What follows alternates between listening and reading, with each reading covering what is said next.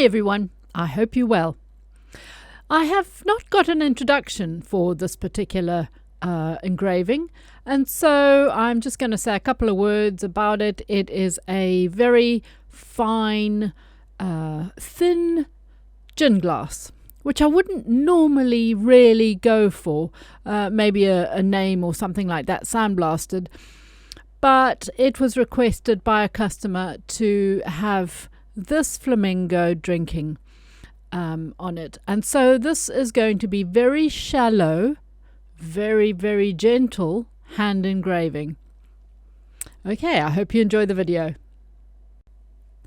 So this is a little picture that they sent for me to use, which I obviously was quite shocked when I saw it, and I questioned them and I said, do you really want this sort of strange sort of stance with its neck going down?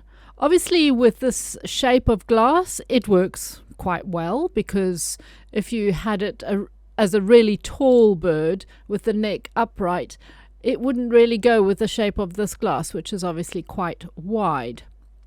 Anyway, so we had a chat about it, and of course it's to make it look like it's drinking from the gin in the bottom of the glass. So I'm using a very fine, a very small diamond burr at the moment, just to get the very, very basic shape of it.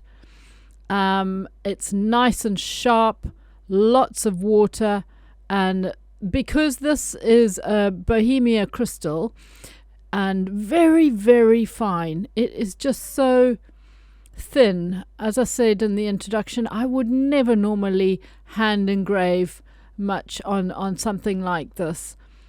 You know, when you tap a glass with your nail and it feels almost like plastic, that is a sign that it's going to be very, very thin, especially if it feels quite light, and of course when you feel the width of it, or the thickness of it with your fingers on either side of the glass, you can feel how thin it is. Anyway, as you can see, I am not engraving anywhere near the top of the glass.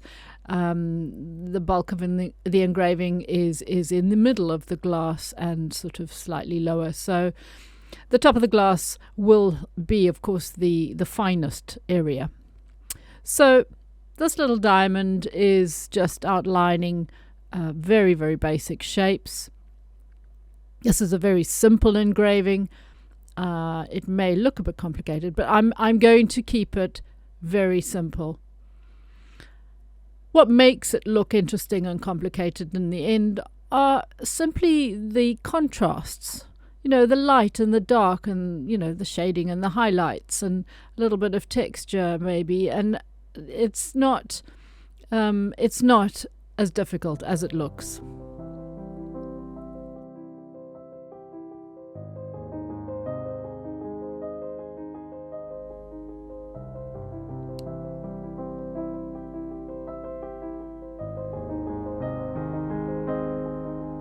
So a slightly wider diamond to try and get, I don't know what was on my thumb there, to try and get the leg done in one go rather than outlining. I don't want to see any outlines as a general rule, of course, and the leg is so skinny that I just thought I would do this in one little go.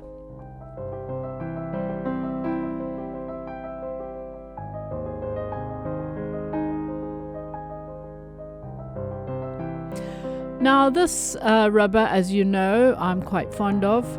It marks the glass with a sort of a hue, and I am literally going over where those ripples are and just totally ignoring the head of the flamingo, and just giving the glass a gentle hue. That's all. Giving it a sort of a horizontal leveling-ish without being too specific, really.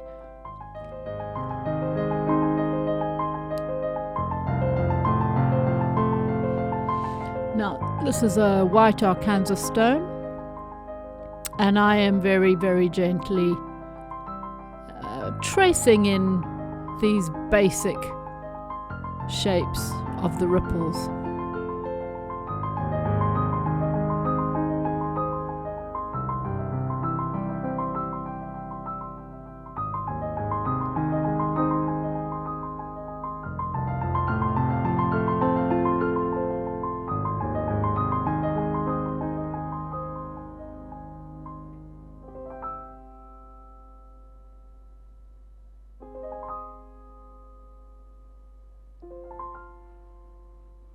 So as you can see, I have removed the image from behind the glass, and I am just putting in a horizon, a rough horizon with the big fat rubber.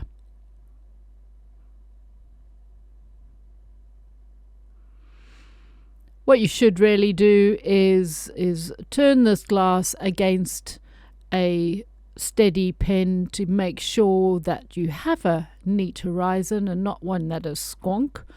I don't see that I've done that, but it's quite possible that there was a faint line there. And but certainly if you are in any doubt of a level, just stand the glass against a pen which you're holding in place and turn a glass against it to make the level.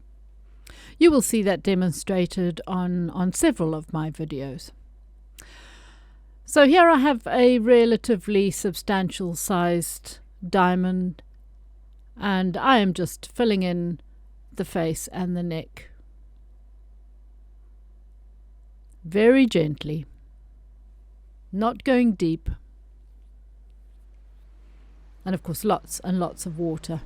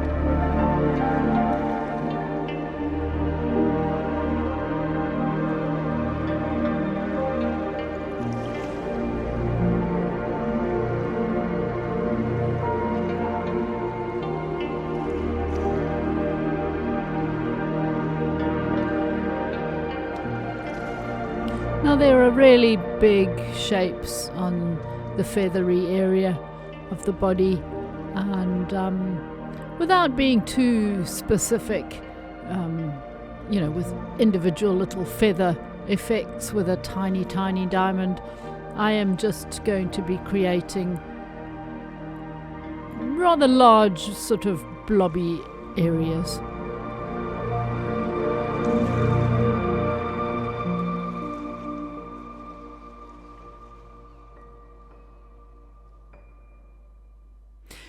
It does have an interesting flow to it, I must admit, and in fact the colours are interesting as well.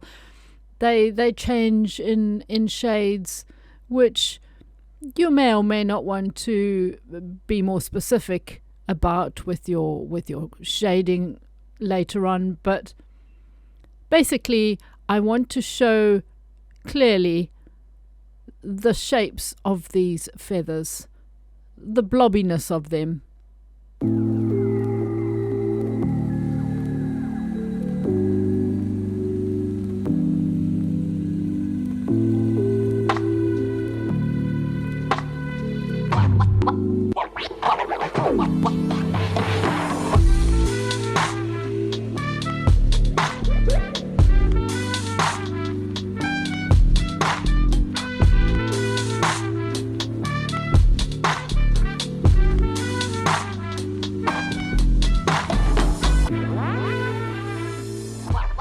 always remember to go engrave in the direction of the flow of whatever your item is that you're engraving.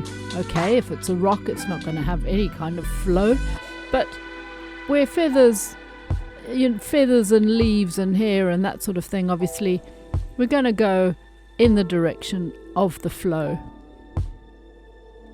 In other words, don't scribble sideways or engrave in little circles or anything like that.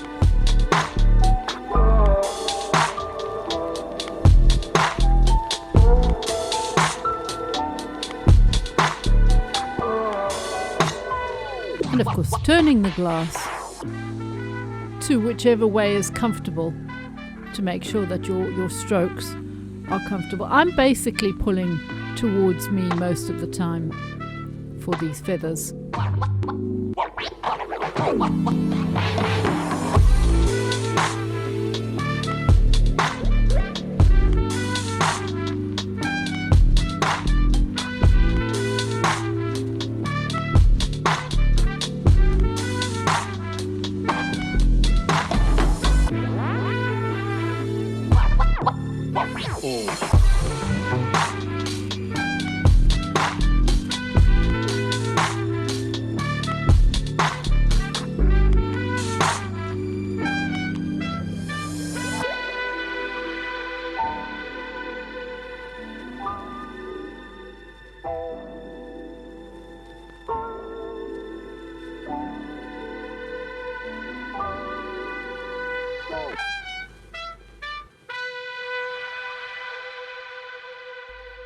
Do make sure that you leave good, clear little gaps of unengraved glass. It is not going to remain like this, of course. You know me, I don't want to have clear glass in between that's not engraved and shaded. Otherwise it just looks like it's got holes in it. But in order to create our lovely gentle shading in between, I just want to, at this stage, leave it as clear glass in between the feathers. Now I've got a tiny little rat's tail and I'm neatening the base of the leg where it enters the water. Of course the other leg is tucked up. You cannot see it at all. They like to stand on one leg for some reason. Haha, I've just looked it up and apparently it helps them stay warm. How about that? And it also says that where it is warmer, flamingos will stand on both legs. But once the temperature is really cold, they will stand on one leg and tuck the other leg inside. Information. And you can see I have just used my very abrasive rubber yet again, just to add a hint of hue to the water. Now, it's probably not very clear, but it is there. And now I've got my little brown rubber, and this little brown rubber will create a darkness in the other hue that's on the glass.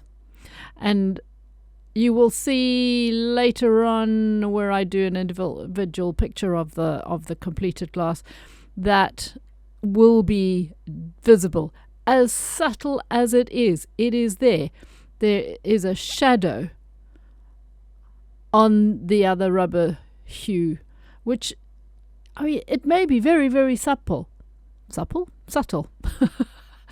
But when holding that glass up to the light, and further on in time when someone's looking at it, they may well notice this gentle little reflection. Righty-ho, so back with a very, very small diamond. And it is important when you are doing a beak to make sure, well, including an eye, of course, these tiny, tiny little details are done with a very, very tiny burr. This really will keep it neat. And that's so important.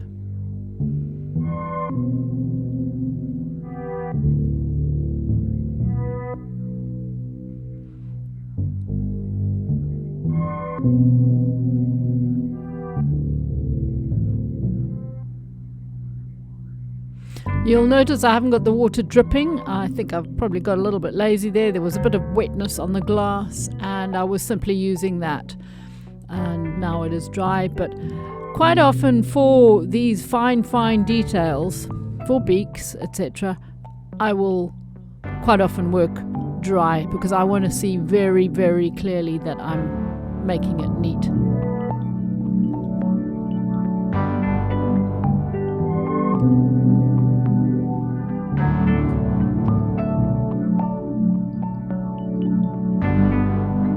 I am, of course, referring to the picture quite frequently. It's really important. Don't try and just wing it.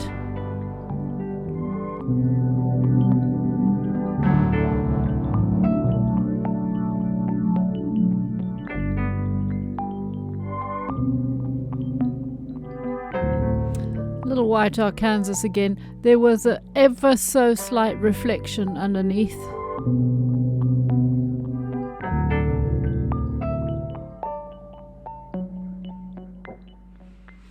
Sometimes I wonder whether I should bother with the exact details of an image when it comes to things like reflections. I think sometimes you've got to use a little bit of artistic license, really.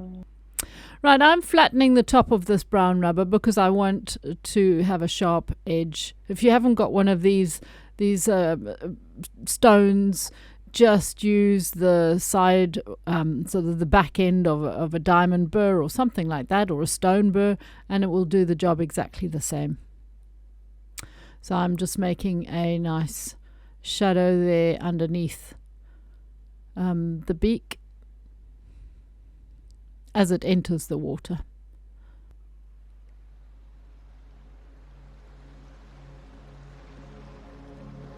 Now you will see it pick up very easily the darker areas on the eye.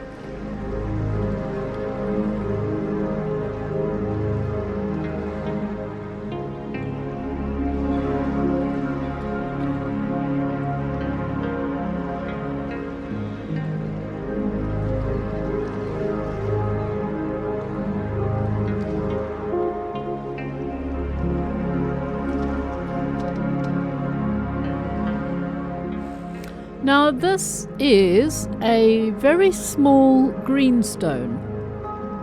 You can use, you can use a white Arkansas if you really wanted to, but that for me would be a little bit too dull and make it too dark at this point. This is a greenstone, which to me is the same sort of effect as sandblasting, so not quite as bright as the diamond work, but somewhere in between.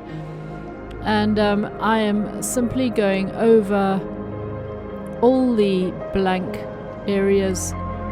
You will still be able to see them, but then we'll be able to polish them with a rubber. And then you'll end up with various shades of grey, which is where all the lovely effects and the 3D effect comes in.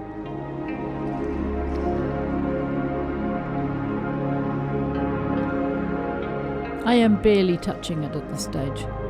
And to be honest, the drill is not going at any particular speed. Well, certainly not very fast at all. Probably only about 10,000 RPM, if that.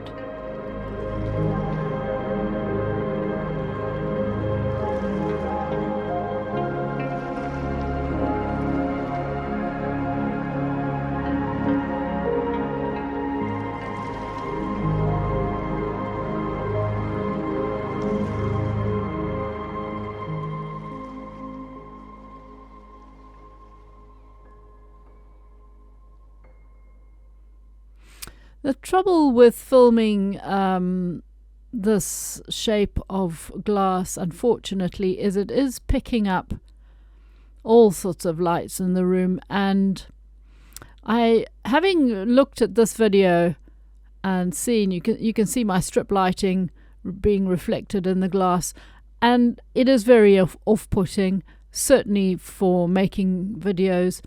And I really need to come up with a plan to make some sort of a little mini roof over the top of my engraving, so the only light that is directly on the glass is my lamp, basically, which actually you can see as well, a rather big blob of light on the right hand side there.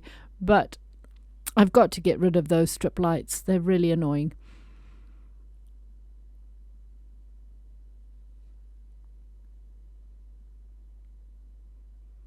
So this is a soft grey rubber. Oh, I've already jumped to the hard rubber, but the soft grey rubber was half toning over areas I wanted to add a little bit of shade. And this particular rubber, which is quite hard, I mean there's green ones as well that are quite hard, they will make the darkest shading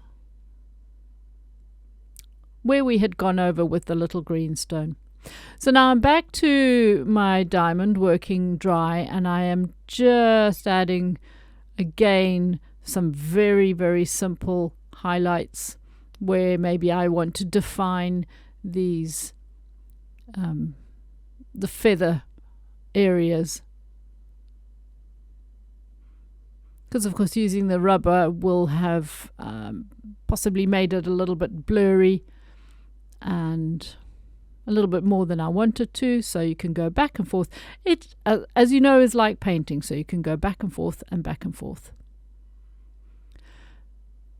Now on this flamingo there are feather areas that have got almost an outline around them, and the feathers themselves are a little bit darker, just around that sort of lower area of the body. And then it's brighter as you go up.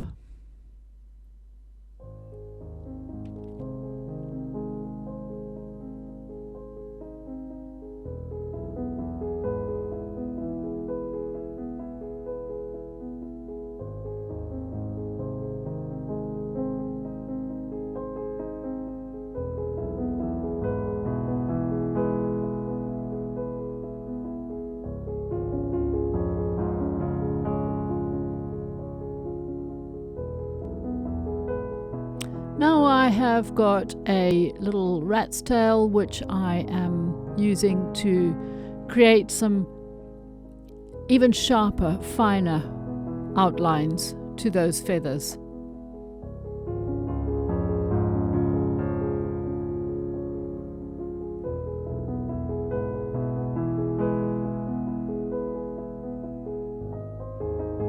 And adding a little bit of feather-like texture on the top.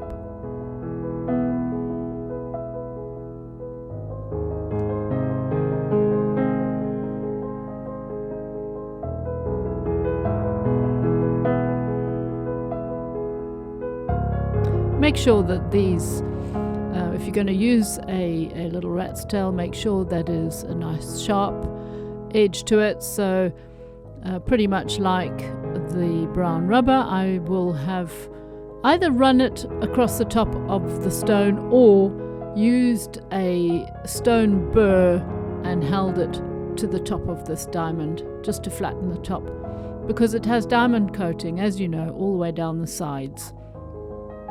So when the edges wear off, simply by flattening the top you will get to more fresh diamond.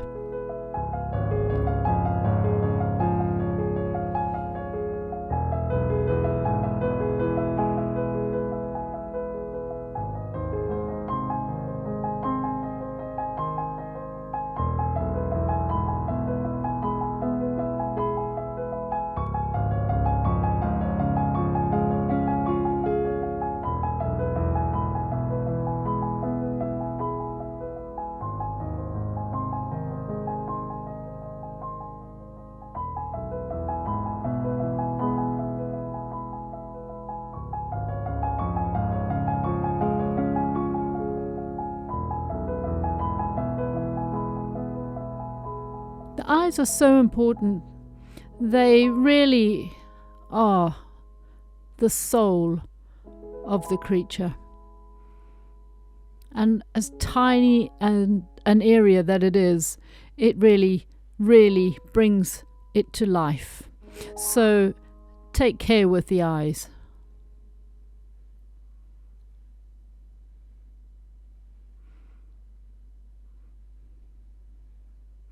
And there you have it. A lovely, lovely drinking flamingo. Thanks for watching, guys.